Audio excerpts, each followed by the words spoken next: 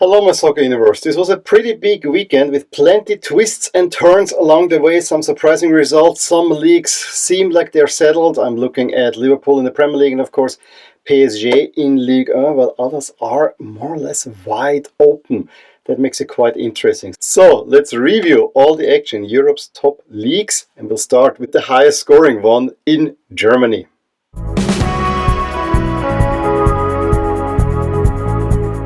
Well, the Bundesliga had quite some results in the relegation zone, but I want to start with Germany's two biggest teams. First one, of course, is Dortmund, still very much in crisis, and Frankfurt completely took advantage of that one, beating them 2-0 at home. Yes, Dortmund had two claims for a penalty, but overall, especially in the first half, this was all Frankfurt. They should have probably taken the lead already in the first few minutes. Etikette in the 16th minute finally gets the breakthrough for Frankfurt. Yes, Dortmund came up in the second half, but then later on Højlund seals the deal. Nuri Sahin under huge pressure. Bayern also had a little bit of trouble with Wolfsburg. A Wolfsburg team that has been in real great form, and losing only 3-2 in Munich is probably not that bad of a result. Amura getting the both goals for Wolfsburg, Goretzka also getting a brace, and Olise getting the other goal for Bayern. Notable also, Bayern creating plenty of chances, however nothing really to talk home about, and Harry Kane still a little bit misfiring. But undoubtedly the game of the weekend was Bochum 3, Leipzig 3. Leipzig had a relatively easy 3-0 halftime lead through Orban, Nüsser and Baumgartner. Even had a goal disallowed. It seemed like they will be cruising home. By the 61st minute it was 3-3 because Boadu got a hat-trick, and the first two goals, such ridiculous errors by the Leipzig defense, basically inviting Bochum. But that was not where the craziness ended this game. The crazy thing in this game was that both teams that went for the win, both teams had their chances to win that one. It was crazy that there was not a further goal scored. Another real shocker for Leipzig. Heidenheim may have been one of the better stories of last season. However, this season they find themselves in a relegation battle, and it is St. Pauli that really put the pain onto them, winning 2-0 away from home. St. Pauli winning so far against every team from Baden-Württemberg. Former Lux player Jojo Eggestein with a penalty gives St. Pauli the lead. Heidenheim thought they had gotten the equalizer in the 87th minute, however it was flagged off for an offside, and then Guillevogi in the stoppage time seals the deal. On the flip side, after the poor showing at Bayern, Hoffenheim respond rather emphatically at Kiel, who came off their really big win over Dortmund in the midweek, beating them 3-1 at home, having a 3-0 lead right after the half. Lojek scoring two, and Kramaric, who made such a big statement about the state of the team that raised some eyebrows, also got in on the action, only late on Kiel pull one back. Huge 3 points for Chris Ilzer. And in the Baden-Württemberg derby, Stuttgart make up for the opening day loss at Freiburg by winning 4-0. This was one-way traffic, especially in the first half. Stuttgart completely outclassing their local rivals. Rouault, Demirovic and Woltemade scoring the first three goals, and then Undorf, who else? He always needs to get on the score sheet, getting the fourth one. With Florian Wirtz back in the lineup, Leverkusen have a lot less trouble than they had last weekend, beating Gladbach at home 3-1 with Wirtz scoring the first two goals. Patrick Schick also getting in on the action. Kleindienst very late on pulled one back. And so Leverkusen are the only team that are really challenging Bayern. On Sunday, Union Berlin get their first win under new coach Baumgart, and also ending a long winless streak. The goals came early. Hollerbach in the first minute, scoring against Mainz in the 5th minute. Amiri equalizes from the spot, and then Union Berlin themselves get a penalty. That's Goff converts. Mainz's rise towards the top has been stopped over the last two rounds. And like in the midweek, Augsburg get another away win and slowly pulling themselves out of any relegation trouble where you always think they should be in, but they never really are. Essende getting a brace in the first half at Bremen, stalling Bremen's push upward and lifting themselves towards mid-table.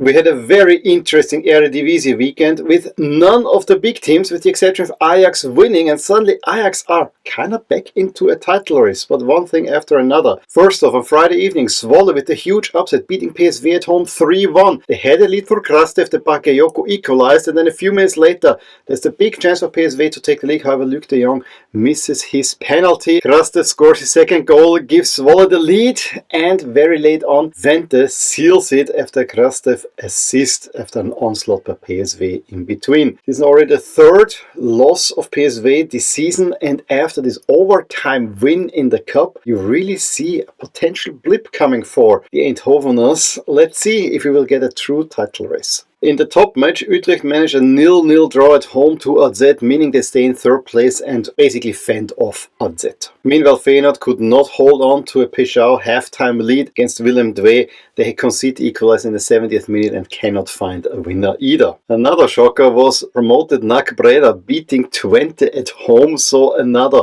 top 6 team not winning. And so that meant Ajax, with a win at Heerenveen, could close the gap to PSV to a measly point. Soetalo gave them a 20th minute lead, Ajax largely controlling the game, and Akpom in the 82nd sealing the deal.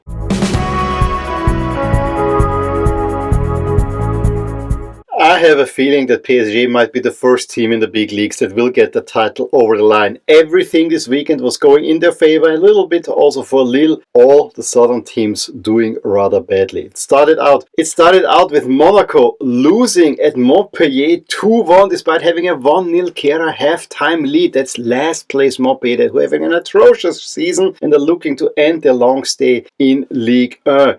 It is Tamari who scores the 2 goals to turn it around and send Adi Hütter in a little world of pain, to be honest. Meanwhile, in the top duel, Lille used the chance to beat Nice to peg them back in the quest for a Champions League spot and move into third place ahead of Monaco themselves, beating them 2-1 despite Nice having a halftime lead through Diop. It's Haraldsen and Diakité get the winning goals for Lille. And a similar story for PSG, who trail at Lens, always a tough ground to go to, 1-0 at the halftime through Nzola. Fabian Ruiz in the 59th minute gets the game back to level, and then it's Barcola, who has been misfiring so much, that gets the late winner for PSG. Meanwhile, Champions League sensation Brest also get a big win, a 2-1 in the derby against Rennes. Rennes under Sampaoli still not hitting quite the stride that you would expect from them. Brest now moving into the upper half of the table after having a rather slow start to this season. And PSG, of course, could extend the lead because OM only managed a 1-1 at home to Strasbourg. Strasbourg took the lead through former Sturm Graz player Emega, who has been in really red-hot form. Greenwood from the penalty spot gets the equalizer, but there's no winner for OM, and their slim hopes of pipping PSG to the title are more or less gone.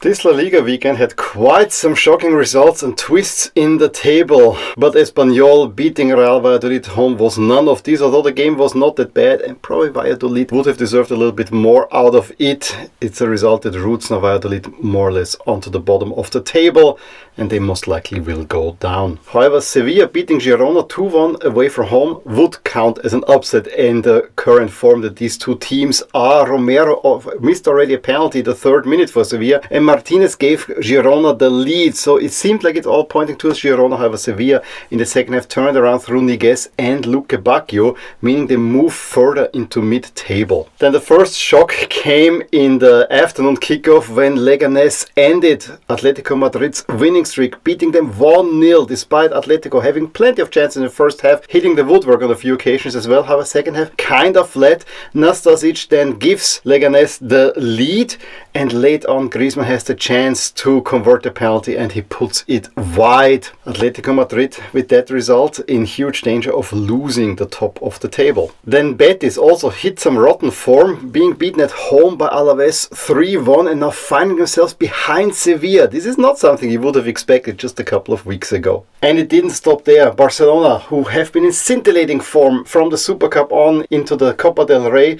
they go back to league action. Koundé gives them an early lead at Getafe, ground where they have not won in a long time. They finally have scored there again. However, Getafe manages an equalizer still in the first half, squeezing the life out of Barcelona, and Barcelona have no ways of breaking them down. Drop more points, are now really off the mark towards the top of La Liga, which seems so weird given how they have dominated Real Madrid this season. Athletic Club though underscored their ambitions for a top 4 finish in the Champions League by winning 2-1 away from home at Celta, with Berenguer and Vivian scoring the 2 goals before Alvarez pulls one back for Celta. And with their main rivals all dropping points, Real Madrid just had to win to go top of the table and put Barcelona at quite some distance. However, within 26 seconds, Las Palmas scored through Fabio Silva, but it was just a mirage. Mbappé showing his great form without Vinny Jr. He seems to be a little bit more liberate as well. Scores the equalizer from the penalty spot. Brahim Diaz gets the go-ahead goal then, and then Mbappé scores another goal in the 36th. He even had a third one disallowed by offside in the second half. Rodrigo adds one more, and it could have been a real rout, but then Real Madrid packed it back a little bit. Ramirez was sent off for Las Palmas as well, and David Alaba made a comeback. So after a really bad run of results in non-league competition, Real Madrid on top of the league. However, can they bring it home? It's also curious that a relatively disappointing 1-1 draw for Osasuna at home against Rayo Vallecano after the big win against Athletic Club in the Copa see Osasuna move to the top half of the table just behind their rivals. Camello gave Rayo the lead in the 19th minute. That was then equalized by Raul Garcia. However, they were pushing, couldn't find a winner. And in the evening, Valencia got a massive 1-0 home win over Real Sociedad. They need more of these, but with this noisy crowd, potentially Valencia have a chance. The winner came through Hugo Duro in the 26th minute. They held off Real Sociedad and give themselves just about a chance. They're not last in the table anymore. And then I thought we had an interesting game on Monday evening between Villarreal and Real Mallorca. However, Mallorca's form has also gone a little bit sideways, and within 10 minutes Villarreal score 4 goals in the first half. Costa, Baena, Parejo and Pino, 20th, 24th, 26th and 28th. My favorite moment was that the commentator after the 3-0 said, "Please don't turn away because that game is not over." 4-0.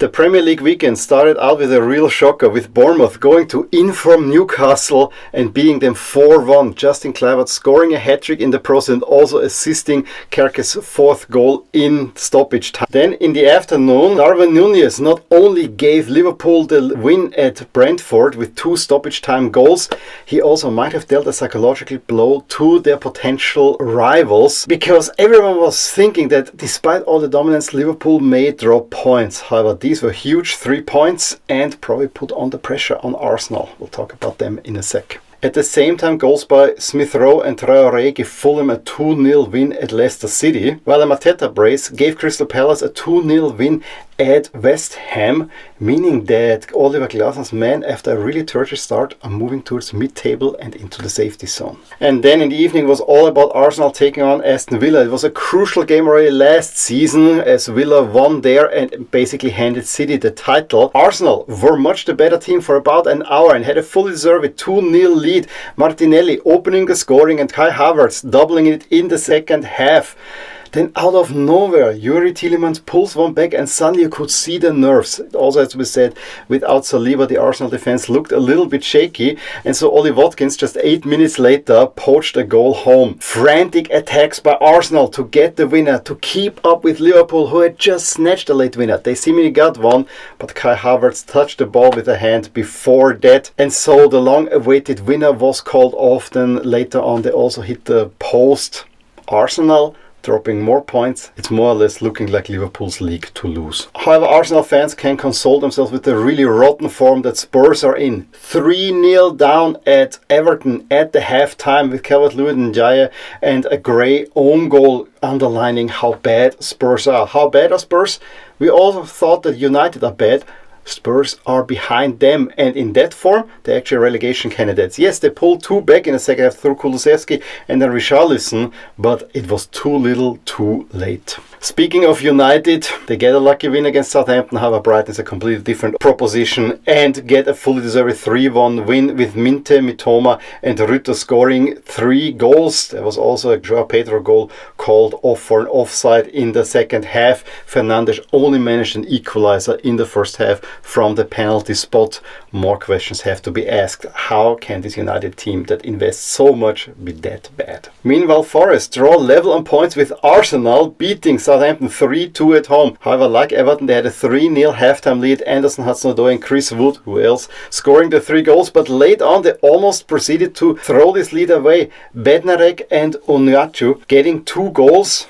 However, Southampton, who are on a record-breaking pace in terms of not picking up points, cannot manage an equalizer. And then the primetime slot on Sunday evening was Ipswich against Manchester City. Yeah, this was very one-sided. City winning 6-0 with a brace by Foden, Kovacic also getting in on the action, Doku, Haaland after his huge contract extension, and McAtee. And on Monday evening, Chelsea and the winless streak. They had a 1-0 lead going into stoppage time of the first half when a really bad error by Robert Sanchez allows Doherty to equalize, but that was never really reflecting a game. Second half, Cucurella in the 60th and Madueke in the 65th turned it around and give Chelsea a much-deserved 3-1 win. They go back into the top 4.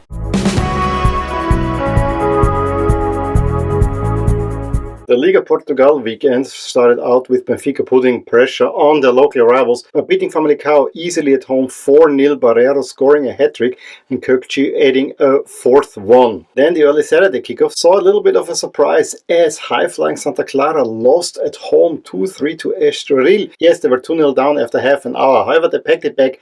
But right at that moment, then Carvalho strikes and gets the winner for Estoril. Meanwhile, Sporting Perry, Benfica's advanced to the top of the table, winning 3-0 at Rio Ave. Santos already in the 3rd minute with an own goal, giving Sporting the lead. Then Hjulman and of course Gyökeres adding 2 more. Still 3 points adrift on top of the table. Then on the same day, Vitória de Guimarães only managed a 2-2 at home to Arouca, while the biggest surprise came on Sunday evening with Gil Vicente beating Porto at home 3-1. What a crazy game that was. Gil Vicente had a halftime lead that Borges quickly equalized after the half. However, just a few minutes later, José Sá re-establishes the lead for Gil Vicente, and with all the onslaught that was coming from Porto, Gil Vicente hold tight. Porto thought they had the equalizer, however it was called off for a foul. Before that, Nico was sent off with a red card, and in stoppage time Gil Vicente get then the 3rd and winning goal. Porto more or less out of the title race with 2 bad results in a row.